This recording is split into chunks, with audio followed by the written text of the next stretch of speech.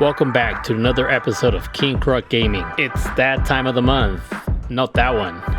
CWL highlights one. We are on day one for the Blue Valks family. Korra will start us off with a drag bat attack. He places his Edrag at 430. All of the buildings the Edrag is attacking are pretty spread out, so I'm not sure what kind of funnel it's creating. But the base is already funnel in its layout. It has two columns connected by a bridge, which sort of looks like the letter H. And so the loons and the dragons have taken the right hand column. He hasn't found the need to pop the warden's ability. Pop goes the weasel. He's coming into the compartment with both air sweepers and all four expos. Korra drops the blimp and pops the warden ability. At this point, he's lost most of his loons, but all of his dragons are alive. Why did you lose all of your loons, Korra? How come you have no loons? And the single loon tricked the tornado trap, and with the companionship of two drags, they're spinning around. He drops the royal champion at 12 o'clock and it will take down the defenses, but mainly the scatter shot. And good base identification by Korra. This base has 3 single inferno towers. The queen is on the side taking down some defenses to help out the bats. Meanwhile, the royal champion is battling 3 ice golems, and he drops his own ice golem to distract the Tesla farm. And finally, a pack of dragons are gonna take down the eagle. All troops are underway. The bats are gonna take down the second inferno in the center of the base, and they're making their way to the last inferno, and he'll have to freeze the wizard tower right next to it. And boom, they both go down. All that's left is a matter of cleanup. Good base identification and spell placement by Korra, getting the triple. Korra, the triple scorer.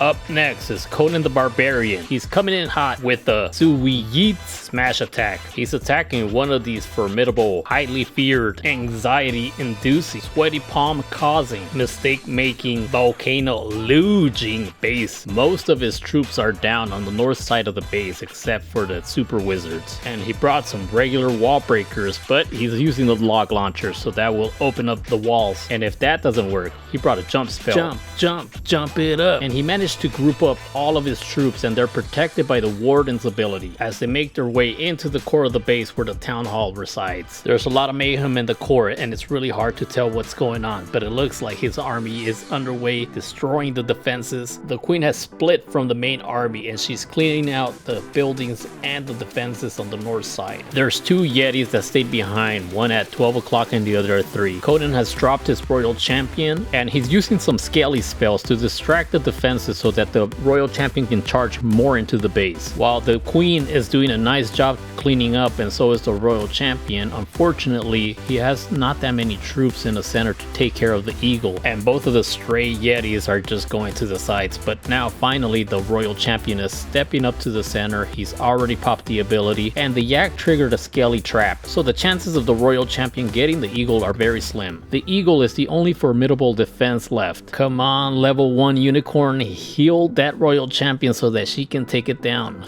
Hold it down.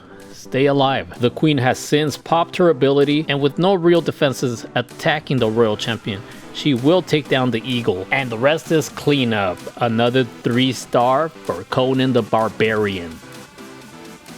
Up next, we have Unholy Gremlin. He's gonna take down this diamond-like base using the hybrid attack. Now, I know the consensus is that hybrid is dead for Town Hall 14. However, on the right base and in the right hands, hybrid can still triple, so don't rule out this army composition if you're really good at hybrid. Uggs is gonna start his queen charge at 12 o'clock. He brought along 3 super wall breakers, so he's probably gonna try to get into multiple walls. He's dropped his Kokoloon and has committed his healers. Uggs is confident that his healers are in the right position to get him deep into the base. He has to make sure that his queen is funneled into the compartment so she can start attacking the eagle. The enemy king comes out to battle the queen, but he has a headhunter to take care of him. There's a single expo attacking the queen, so it's not taking too much damage. The king goes down, and the headhunter has pulled the enemy CC is 3 ice golems. For Town Hall 14, ice golems are a pretty good defense. Ice golems are good at slowing down attacks. Also, when using ice golems for defense, they can deviate offensive heroes from a path and take them a complete different way and ruin the attacker's plan. Uggs has dropped the poison spell to help the queen take down the ice golems. In the meantime, there was a baby dragon that sniped off the eagle. angle, so the queen doesn't have to worry about it. The super wall breaker has given the queen access to a scatter shot. As soon as the queen takes care of the air skellies, she'll step into the compartment, she rages the queen, takes down the archer tower. There goes the second wall breaker to open another compartment. The queen's attacking everything else. She has yet to get to the scatter shot. Uggs has created a good pathing for his hybrid army. The queen is finally targeting the scatter shot. Uggs should drop his hybrid pretty soon, and here they go. He starts them out at 3 o'clock. He drops his barbarian king and the siege barracks at 4 o'clock. The grand warden is down, followed by the royal champion. And here come the hogs. At this point, there's really good pathing for his hybrid army, but there's still a lot of strong defenses left. Uggs has to be very accurate with spell placements and popping his hero abilities. The position the troops are in is very tricky. They're at an angle, and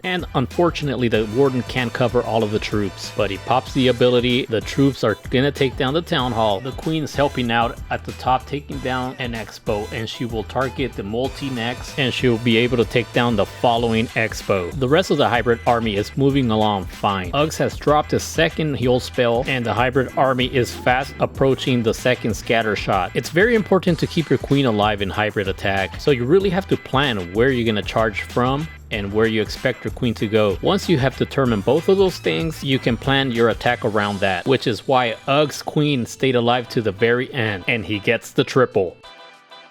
Jadwi Banu Vapasea Gahe with another Edrag attack. Banu Mumbai Mind Subset Darvalet Kalatihan.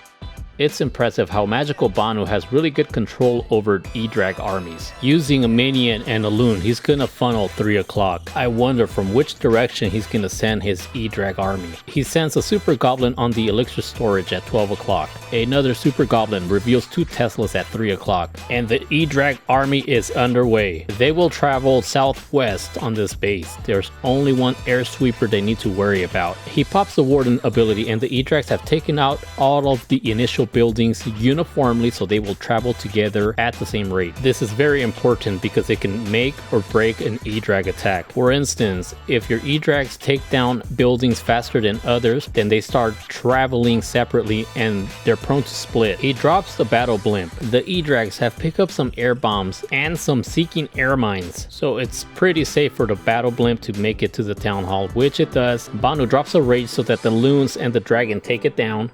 And maybe the air sweeper pushes his troops away so that some of them can stay alive and avoid the poison splash from the town hall. His Edrag army has split, but that's okay because it's later into the raid. And as long as they take down the scatter shot, they will be safe. But they didn't, so he's gonna send his royal champion to take care of it. One thing to keep in mind about Edrags, while their chain attacks are very valuable, especially under rage, they can take down multiple buildings at once. They take a very long time between strikes, and that's when they're most vulnerable. I think Banu forgot to drop his queen, but that's okay. He has plenty of firepower to take down this base. In the comment section, let me know if you would like me to make an Edrag tutorial video. And Banu shows us why he's a master in the sky, getting the triple. Nice job, Magical Banu. Hatatali Ladaina Almalika to Nyla. She's coming in with the mass baby inferno dragon attack. Immediately she drops an invisibility spell followed by the blimp, and the super wizards land right over the air defense. Remember, it's always ideal to drop your super wizards over a building, except for a bomb tower. Nyla rages the super wizards and they take down the town hall, the clan castle, and the clan castle troops. She got a lot of value from her super wizards, and fortunately for her, all of the expos are set to ground. Good base identification, Nyla. She's starting out her army from 2 o'clock to 3:30. All of the inferno dragons, the loons, and the warden is down. She pops his ability. The king and the queen are at 3 o'clock, funneling the outside buildings. The skeleton placement is very important in this army. They need to be placed in areas where they will distract the defenses so that the baby inferno dragons can come in from behind and take those set defenses out. It is also important for the inferno dragons to travel uniformly. Nyla drops her royal champion to help out the queen and the king. At this point, she has a lot of her troops, but also she's only gotten to half of the base. And while the skelly spells are really useful in this attack, unfortunately the expos set to ground are taking them out. With the exception of the Grand Warden, all of her heroes still have their ability intact. The Inferno Dragons are starting to dwindle out, and all of her loons are gone. Nyla is also approaching a very dangerous compartment. There's a single Inferno, but she has done a good job with her last Skelly spell to distract it for a little while. Now it's targeted the king, and with no free spell, the king will go down. But that's okay. The royal champion, with the help of a few Inferno Dragons, will take down the Inferno. There's still a few important defenses left, but Nyla has a lot of firepower to take down this base. And she forgot to take down the army camp at 6 o'clock. This is a triple bite, Queen Nyla. If you enjoyed this video, hit the like button, subscribe, and hit the bell notification so you don't miss out on any great content like this. And I will see you freeze in the next one.